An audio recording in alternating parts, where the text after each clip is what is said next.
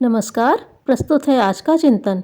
समस्या, ध्यान धारणा का क्या प्रयोजन है। समाधान, ध्यान जिनका किया जाता है उन्हें लक्ष्य मानकर तद्रूप बनने का प्रयत्न किया जाता है। राम, कृष्ण, शिव आदि की ध्यान धारणा का यही प्रयोजन है कि उस स्तर की महानता से अपने को ओतप्रोत करें।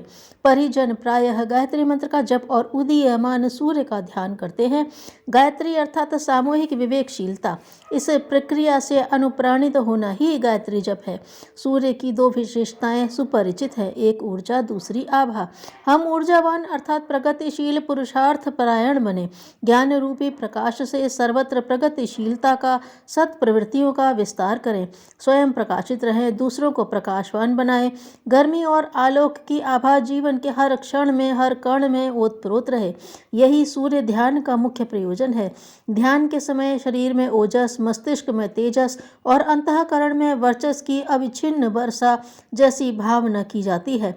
इस प्रक्रिया को मात्र कल्पना जल्पना भर मानकर छोड़ नहीं दिया जाना चाहिए, वरन तदनुरूप अपने आप को विनिर्मित करने का प्रयत्न भी प्राणपण से करना चाहिए। समस्या, जीवन साधना के साधक को साधना की कौन सी प्रक्रिया अपनानी पड़ती है। समाधान, जीवन साधक को जीवन साधना की चतुर्विध प्रक्रिया संपन्न करनी पड़ती है। 1. जीवन विकास में बाधक अवांछनीयताओं को ढूंढ निकालना। 2. कुसंस्कारों को निरस्त करना। 3. जो सत प्रवृत्तियां अभी अपने स्वभाव में नहीं हैं उनका विकास करना। तथा 4. उपलब्धियों को प्रकाश दीप की तरह सुविस्तृत क्षेत्र में विस्तृत कर देना। इन 4 चरणों को आत्मचिंतन, आत्मसुधार, आत्मनिर्माण और आत्मविकास के नाम से पुकारा जाता है। इन चतुर्विध साधनों को एक एक कर नहीं, समन्वित रूप से ही अपनाया जाना चाहिए। इन चारों चरणों को 2 भागों में बांटने पर 2-2 के युग्म बनते हैं। एक को मनन कहा जा सकता है, दूसरे को चिंतन। मनन में आत्मसमीक्षा और अवांछनीयताओं का शोधन आता है तथा चिंतन में आत्मविकास और आत्मनिर्माण की प्रक्रिया अपनानी पड़ती है। जीवन साधना के इन 4 चरणों का सम्मिलित प्रयोग व्यक्ति को उत्कृष्ट व्यक्तित्व तथा उज्ज्वल चरित्र प्रदान करता है। आवश्यकता, निष्ठा, सूझबूझ और दृढ़तापूर्वक उन्हें अपनाने की है। आत्मिक प्रगति का भवन इन्हीं 4 दीवारों से मिलकर बना है। आत्मिक उत्कर्ष के 4 आधार यही हैं। उत्कर्ष के उच्च शिखर पर चढ़ने के लिए इस रीति नीति को अपनाने के अतिरिक्त और कोई मार्ग नहीं है। समस्या, भली या बुरी जो भी परिस्थितियां हमारे सामने आती हैं उनके पीछे क्या कारण रहता है। समाधान, जैसी भी भली या बुरी परिस्थितियां हमारे सामने आती हैं वह किसी देवी देवता के शाप वरदान से, ग्रह नक्षत्र के हेर फेर से या किसी अन्य कारण से नहीं आती। इसके मूल उत्पादक हम स्वयं ही होते हैं। जैसे विचारों को अपनाया जाता है, जैसे स्वभाव एवं गुणों का निर्माण किया जाता है, जैसा दृष्टिकोण होता है, जिस प्रकार की इच्छा, आकांक्षा, नीति और कार्य प्रणाली होती है, उसी के अनुसार हमारा ढांचा तैयार होता जाता है। परिस्थितियां और घटनाएं उन दोनों की छत्र छाया मात्र है।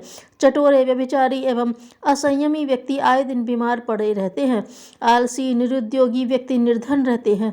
कड़वे एवं खोटे स्वभाव वाले चारों ओर शत्रुता, कटुता, असहयोग एवं तिरस्कार का वातावरण देखते हैं। लोभी ठगे जाते हैं, कायर सताए जाते हैं, असावधान घाटा दे बैठते हैं, मोहग्रस्त बहुत रोते चिल्लाते हैं, डरपोकों को चिंता बेचैन की रहती है। इसी प्रकार अच्छे गुण, विचार, दृष्टिकोण एवं कार्यक्रम वाले व्यक्ति सब प्रकार की सुख सामग्रियों से संपन्न होकर सुखी जीवन व्यतीत करते हैं।